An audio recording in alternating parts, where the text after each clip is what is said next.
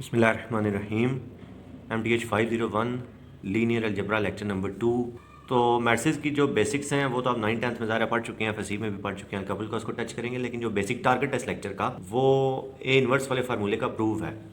9th-10th में या FSC में ये फार्मूला अप्लाई करते थे इन्वर्स फाइंड करने के लिए, तो इसको हम इस लेक्चर में प्रूव करेंगे और छोटी मोटी जो ट्रांसपोज वगैरह की प्रॉपर्टीज़ हैं वो देख लेंगे। मैट्रिक्स को हम डिफाइन कैसे करते हैं। मैट्रिक्स है कलेक्शन ऑफ नंबर्स और functions arranged into rose and column. Numbers वाली बात तो आप पहले भी पढ़ते होते हैं, तो अभी साथ इसमें फंक्शन वाली बात भी है, वो भी माइंड में रखिएगा, क्योंकि आगे जब हम वेक्टर स्पेस पे जाएंगे तो ये बात आपको काम आएगी। और मैट्रिक्स को हम ज़्यादा कैपिटल लेटर से शो करते हैं और उसमें जो एंट्रीज़ हैं मैट्रिक्स की उनको हम स्मॉल लेटर से शो करते हैं। हॉरिजॉन्टल लाइंस जो हैं वो रोज़ कहलाती हैं, वर्टिकल लाइंस कॉलम कहलाती हैं। ऑर्डर या साइज़ या डायमेंशन तीनों एक ही चीज़ के नाम हैं। इसमें हमने करना क्या होता है, पहले हम रो चेक कर लेते हैं, फिर कॉलम चेक कर लेते हैं। मैट्रिक्स का ऑर्डर कहते हैं। ऐसे इस मैट्रिक्स में 2 रो हैं और 3 कॉलम है तो इसका ऑर्डर 2/3 है। स्क्वायर मैट्रिक्स हमें पता है, ऐसा मैट्रिक्स जिसमें जितने रोज़ हैं उतनी ही कॉलम्स हों, इनके number of rows is equal to number of columns, then such kind of matrix is called a square matrix. जैसे ही इसमें 3 रो हैं 3 कॉलम है, 3/3 का मैट्रिक्स है, तो इसके ऑर्डर को सिर्फ 3 भी हम कह सकते हैं। इस मैट्रिक्स का ऑर्डर है 3। नेक्स्ट है इक्वल मैट्रिक्स या इक्वलिटी ऑफ मैट्रिक्स। 2 मैट्रिक्स उस वक्त इक्वल होते हैं जब उनकी कोरिस्पॉन्डिंग एंट्रीज इक्वल हों, उनके ऑर्डर भी सेम हो, इनके डायमेंशन भी सेम हो और कोरिस्पॉन्डिंग एंट्रीज भी इक्वल हो।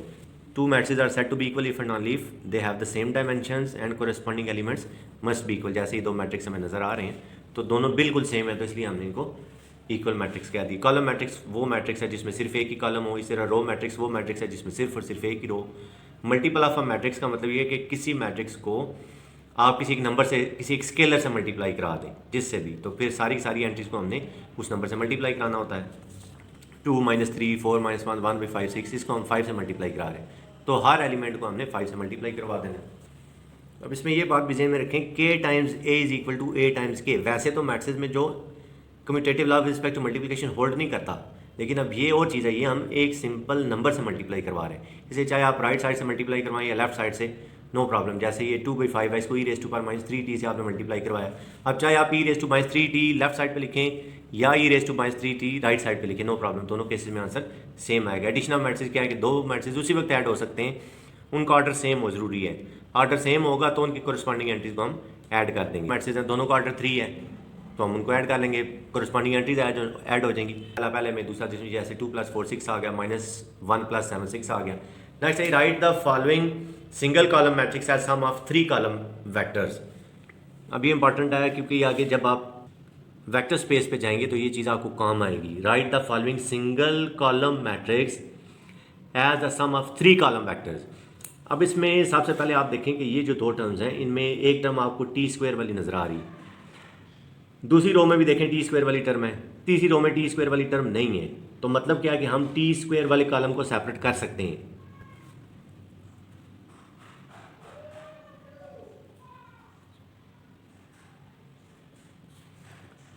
ये हमने पहला कॉलम वेक्टर लिख लिया। अब आगे देखें जी, e⁻t वाले को भी हम इसी तरह कॉलम की फॉर्म दे देंगे।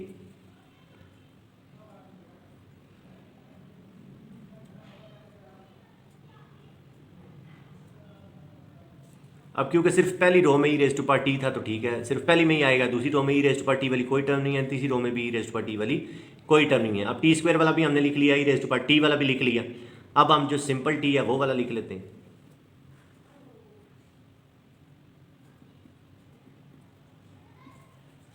पहली रो में तो t वाला ही नहीं है तो 0 आ गया, दूसरी रो में 7t है, तीसरी रो में 5t है। अब इसी तरह जो इनमें से कॉमन आ रहा है वो कॉमन भी कंसिडर कर लें तो ये ज़्यादा अच्छी बात है। मतलब इसमें से t² कॉमन आ रहा है,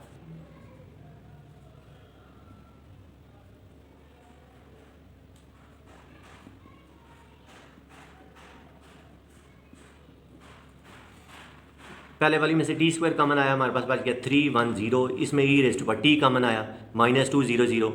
-e⁻t भी आप कॉमन लिख सकते थे, फिर क्या आ जाता जी 2 0 0। इनमें से t कॉमन आ गया 0 7 5, 3t² t² 0, फिर 0 7 t 5t, -2 e⁻t 0 0।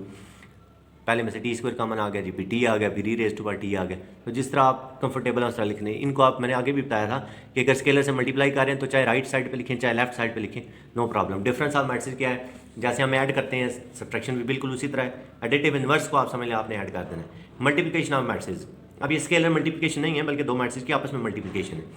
तो उसके लिए आपको पहले मैट्रिक्स के कॉलम देखने पड़ेंगे, दूसरी मैट्रिक्स की रोज देखनी पड़ेंगी। अगर वो सेम है तो ठीक है, वो मल्टीप्लाई हो जाएंगे, वरना नहीं होंगे।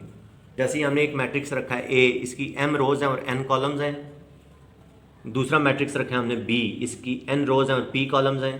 क्योंकि पहले मैट्रिक्स के कॉलम और दूसरी की रोज आपस में इक्वल हैं, तो इन मैट्रिक्स को मल्टीप्लाई कर सकते हैं, और जो बाकी बच जाएगा वो जो आपका रिजल्ट आया हुआ होगा उसका ऑर्डर होगा।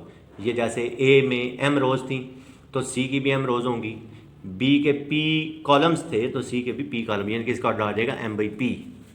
नेक्स्ट हमने कम्यूटेटिव लॉ को चेक किया जी, with respect to multiplication hold करता है नहीं। ये ए को बी से मल्टीप्लाई किया, ये रिजल्ट आ रहा है, फिर बी को ए से मल्टीप्लाई किया, रिजल्ट कुछ और आ रहा है। तो यहाँ से भी हमें क्लियर हो गया कि A B is not equal to B A, कि आमतौर पे मैट्रिक्स में जो मल्टीप्लिकेशन है वो कम्यूटेटिव नहीं है। मल्टीप्लिकेटिव आइडेंटिटी या आइडेंटिटी मैट्रिक्स क्या है कि डायगनल में आपके पास 1 लिखा हुआ आएगा और जो नॉन डायगनल एंट्रीज हैं वो सारी की सारी जीरो होंगी। 2/2 का भी हो सकता है, 3/3, n/n कुछ भी। जैसे ये जो है ये 2/2 का आइडेंटिटी मैट्रिक्स है, ये 3/3 का है, इसी तरह और भी काफ़ी सारे हो सकते हैं। तो आइडेंटिटी मैट्रिक्स को जब भी आप किसी मैट्रिक्स से मल्टीप्लाई कराएंगे तो वही मैट्रिक्स आपके पास वापस आ जाएगा, चाहे राइट से कराएं या लेफ्ट से, कोई फ़र्क नहीं पड़ता। जीरो मैट्रिक्स क्या है जी? या नल मैट्रिक्स है ऐसा मैट्रिक्स जिसकी तमाम एंट्री जीरो, उसको हम जीरो मैट्रिक्स या नल मैट्रिक्स कहते हैं। जीरो मैट्रिक्स को आप जिस भी मैट्रिक्स में ऐड करेंगे वही मैट्रिक्स आपके पास वापस आ जाएगा। इंटरेस्टिंग बात यह है कि मैट्रिक्स में कम्यूटेटिव लॉ तो होल्ड नहीं करता, लेकिन एसोसिएटिव लॉ होल्ड करता है। अगर मल्टीप्लिकेशन पॉसिबल है, सबसे पहले तो हम सारे यही देखेंगे मल्टीप्लिकेशन हो भी सकती है ही नहीं। अगर कन्फर्मेबल है मल्टीप्लिकेशन तो फिर एसोसिएटिव लॉ भी होल्ड करेगा। अब ये देखें, जैसे अभी हम स्टार्ट करते हैं कि ए मैट्रिक्स का हम ऑर्डर रख रहे हैं m/p, यानी कि m रोज हैं और p कॉलम्स हैं। बी मैट्रिक्स का हम ऑर्डर रख रहे हैं p/r, इनके p रोज हैं और r कॉलम्स हैं। तो अगर पहले मैट्रिक्स के कॉलम और दूसरे मैट्रिक्स की रो इक्वल हों तो ज़ाहिर है उनकी मल्टीप्लिकेशन हो जाएगी। अब इसमें दोनों p हैं तो ठीक है, मल्टीप्लिकेशन हो गई। अब नेक्स्ट देखें, c मैट्रिक्स की रोज हैं r और कॉलम्स हैं n, और जो बी मैट्रिक्स था उसमें p रोज थी और r कॉलम थे। अब r यहाँ पे भी इक्वल हो गए, इसका मतलब है b को c से भी मल्टीप्लाई किया जा सकता है। और नेट रिजल्ट आपके पास क्या आएगा? जो आपके पास बच गया था, जैसे पहले हम बात कर रहे थे, m/n का मैट्रिक्स आपके पास रिजल्ट आ जाएगा। इसी तरह अगर आप b को c से मल्टीप्लाई करें तो आपके पास रिजल्ट आ जाएगा p/n। फिर आप जब उसी को a से मल्टीप्लाई करेंगे तो फिर भी आपके पास रिजल्ट m/n ही आएगा। तो यहाँ से भी हमें कन्फर्म हो रहा है कि मैट्रिक्स में associative law with respect to multiplication वो होल्ड करता है। ए बी सी आप कोई भी 3 मैट्रिक्स रख के तो इसको चेक कर सकते हैं। डिस्ट्रीब्यूटिव लॉ क्या है जी? a × b + c = ab + ac, यानी कि a को b से मल्टीप्लाई कराना है, प्लस लिखना है, फिर a को c से मल्टीप्लाई कराना है। लेकिन अगर मल्टीप्लिकेशन पॉसिबल है तो, यानी कि आर्डर जो है वो b और c का आपने देख लेना सेम हो, क्योंकि b और c का आर्डर सेम होगा तो एडिशन पॉसिबल है, वरना तो पॉसिबल ही नहीं है। फिर a के जो कॉलम है b की रोज़ उतनी होनी चाहिए, c की रोज़ भी उतनी होनी चाहिए, तब भी वापस में मल्टीप्लिकेशन होगी, वरना मल्टीप्लिकेशन पॉसिबल नहीं है। अब कुछ ऐसी बातें हैं जो रियल नंबर्स में तो होल्ड कर रही हैं लेकिन मैट्रिक्स में वो होल्ड नहीं कर रही होती। वो क्या है? Cancellation law set of real numbers पे वैलिड है, होल्ड करता है उसमें, लेकिन मैट्रिक्स में लॉ ऑफ कैंसलेशन होल्ड नहीं करता। लॉ ऑफ कैंसलेशन क्या है जी? b = ad, तो लेफ्ट साइड से कैंसिल हो गया, बाकी b = d। तो रियल नंबर्स की हद तक तो ये बात ठीक है, लेकिन मैट्रिक्स में ही होल्ड नहीं करता। अभी देखिए मैं आपको एक एग्जांपल से बात समझाता हूँ। a को अगर हम b से मल्टीप्लाई करें और a को c से मल्टीप्लाई करें, ये आपका रिजल्ट आता है दोनों सूरतों में, यानी कि ab = ac, ये रिजल्ट आ रहा है। तो अगर हम लेफ्ट साइड से a कैंसिल कर दें तो बाकी हमारे पास क्या बचा? b = c। लेकिन देखें b एक डिफरेंट मैट्रिक्स है, c एक डिफरेंट मैट्रिक्स है। इसी तरह दो नंबर्स को आप मल्टीप्लाई करके अगर रिजल्ट 0 ला रहे हैं तो इन दोनों में से किसी एक का 0 होना ज़रूरी है, मतलब या तो a 0 होगा या b 0 होगा। लेकिन मैट्रिक्स में ऐसा नहीं है। अब देखें, अगर आप ये दो मैट्रिक्स हैं a और d, इन दोनों को आप मल्टीप्लाई कराएं तो आपके पास ये नल मैट्रिक्स आ रहा है, लेकिन ना a 0 है ना ही d 0 मैट्रिक्स है, दोनों 0 मैट्रिक्स नहीं है, लेकिन फिर भी इनका रिजल्ट नल मैट्रिक्स आ रहा है। तो मैट्रिक्स में ये प्रॉपर्टी होल्ड नहीं करती, इनके दोनों नॉन जीरो होने के बावजूद भी आपको रिजल्ट 0 दे सकते हैं। Determinant of a matrix, determinant is actually a function, एक स्केलर, एक नंबर आ रहा होता है आपके पास determinant. Find the determinant of the following matrix, 3/3 का ये मैट्रिक्स है, इसका डिटर्मिनेंट हमने फाइंड करना। एक्चुअली अब हम उस थ्योरम के प्रूफ की तरफ बढ़ रहे हैं, तो 2/2 वाले को आप किस तरह करते थे छोटी क्लास में,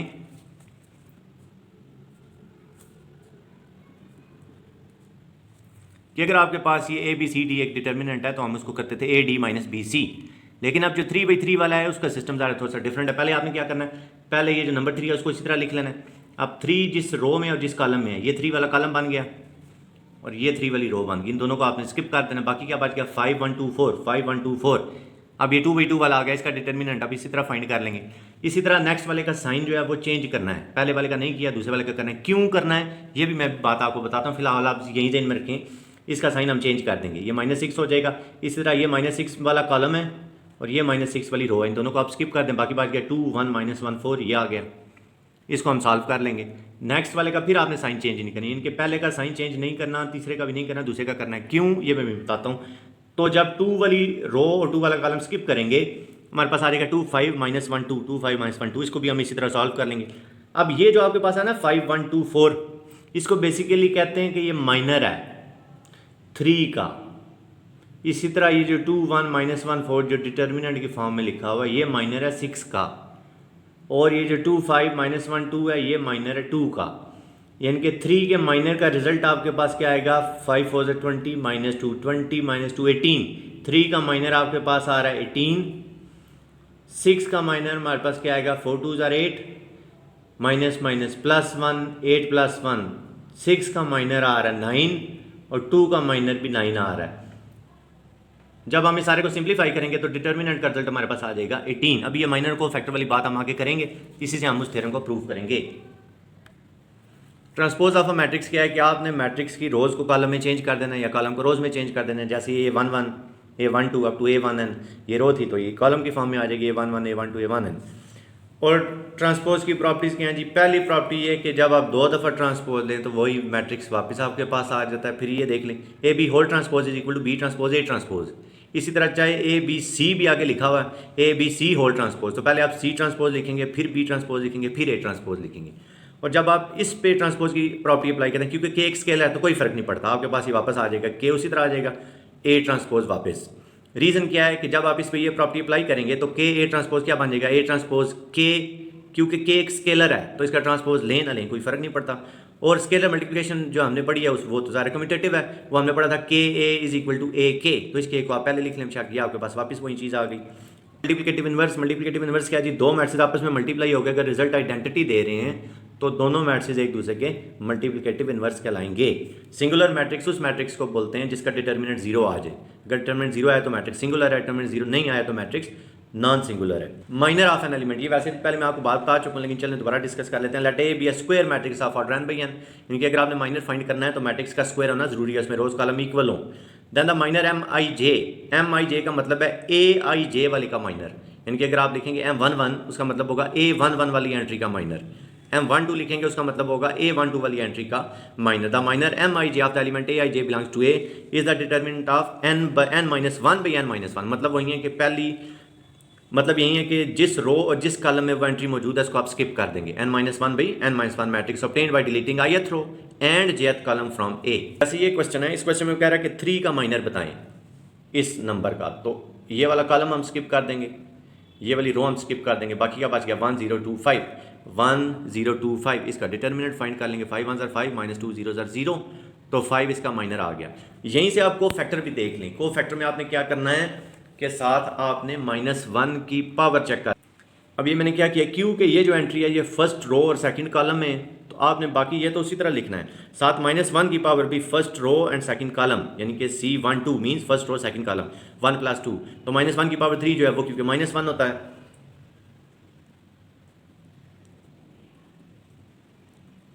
इसको सिंप्लीफाई करेंगे हमारे पास आ जाएगा -5, यानी कि 3 का जो माइनर है वो है 5 और 3 का जो को फैक्टर है वो हमारे पास आया -5। माइनर और को फैक्टर में सिर्फ इतना सा फ़र्क है कि या तो साइन चेंज होगा या नहीं होगा। अब जब आप यहाँ पे चेक करेंगे ना कि किस नंबर पे वो एलिमेंट आ रहा है, वहीं आपने उसकी पावर बना देनी है। को फैक्टर की डेफिनेशन है, let A be a non singular matrix of order n by n, let Cij denote the cofactor of the corresponding entry Aij, then it is defined as Cij is equal to -1 raised to power I plus j Mij.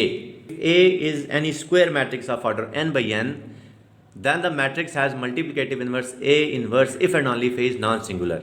तो अगर ए non singular है, यानी कि अगर ए का determinant 0 नहीं आ रहा तो ही उसका इन्वर्स एग्जिस्ट करेगा। अब जो हमारा रिक्वायर्ड थ्योरम है उस पर आते हैं। The inverse of matrix A is given by A inverse is equal to 1 over determinant of A into adjoint of A. इधर जो हम एडजॉइंट लिखते हैं ना,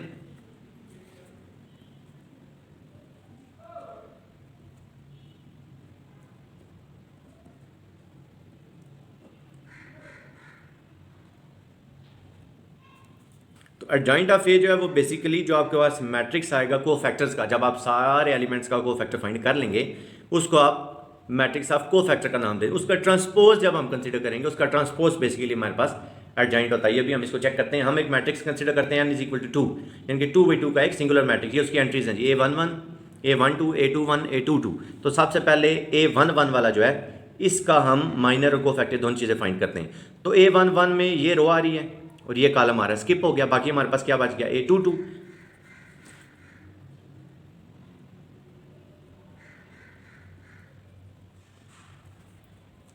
तो -1 की पावर आ जाएगी 1 + 1 7 A22, -1 की पावर 2, वो तो एक इवन नंबर है। तो C11 हमारे पास क्या आ गया जी, A22। इसी तरह अब A12 इसका कोफैक्टर फाइंड करते हैं।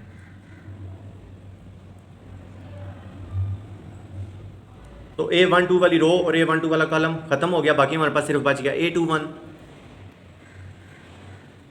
और -1 की पावर 1 + 2 यानी कि 3। तो C12 हमारे पास क्या आ गया, -A21।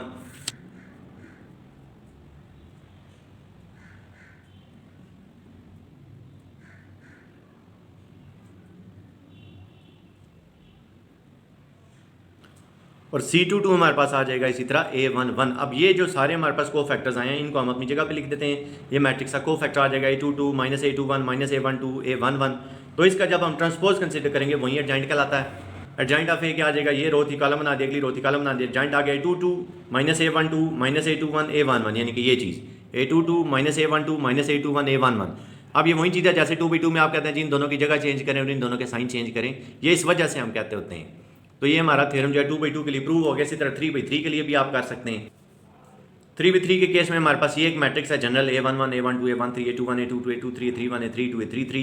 तो C11 हमारे पास क्या आएगा, ये वाला कॉलम और ये वाली रो स्किप कर देंगे, A22 A23 A32 A33 A22 A23 A32 A33। इसी तरह बाकी C12 C13 and so on, बाकी सारे भी हम फाइंड कर लेंगे।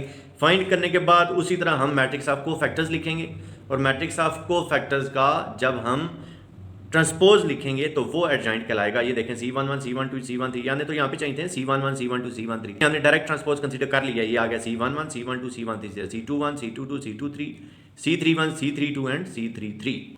Find if possible the multiplicative inverse of A. तो पहले हम डिटर्मिनेंट फाइंड कर लेंगे। डिटर्मिनेंट फाइंड करने के बाद फार्मूला लिख लेंगे 1 over determinant of into adjoint of A. ये एडजॉइंट वाली वैल्यू पुट हो गई, डिटर्मिनेंट लिख लिया, सिंप्लीफाई किया, ये आपका रिजल्ट आया। चेकिंग क्या है, ए को इनवर्स से मल्टीप्लाई करें, वापस आइडेंटिटी आ रहा है तो ठीक है, वो आपका मल्टीप्लिकेटिव इनवर्स है। इसी तरह अगर हम इस डिटर्मिनेंट का मल्टीप्लिकेटिव इनवर्स निकालना चाहें तो इसका डिटर्मिनेंट क्योंकि 0 आ रहा है, यानी कि ये मैट्रिक्स सिंगुलर है, इसलिए इसका मल्टीप्लिकेटिव इनवर्स एग्जिस्ट नहीं करता। 3/3 का मैट्रिक्स है, इसका भी मल्टीप्लिकेटिव इनवर्स हम उसी फार्मूले से फाइंड कर सकते हैं। हमने पहले इसका डिटर्मिनेंट फाइंड किया, वो 0 नहीं आया, तो इसका मतलब है कि इसका इनवर्स एग्जिस्ट करता है। वहीं सारा काम C11 C12 C13 सारे को फैक्टर्स हमने फाइंड कर लिए। मैट्रिक्स ऑफ को जो मैट्रिक्स ऑफ को फैक्टर आया है उसका ट्रांसपोज ही हमने लिख लिया। ये देखें 1 5 -3 1 5 -3 -2 2 6 -2 2 6 2 -2 6 2 -2 6। डिटर्मिनेंट 12 आया हुआ था, उसको इससे मल्टीप्लाई कराया, ये आपके पास इनवर्स आ गया। नेक्स्ट है derivative of a matrix of a function and integral of matrix of a function. तो ये हम कैसे फाइंड करेंगे, हर एंट्री को डायरेक्ट डिफरेंशिएट कर लेंगे या डायरेक्ट इंटीग्रेट कर लेंगे, जो भी क्वेश्चन में डिमांड है।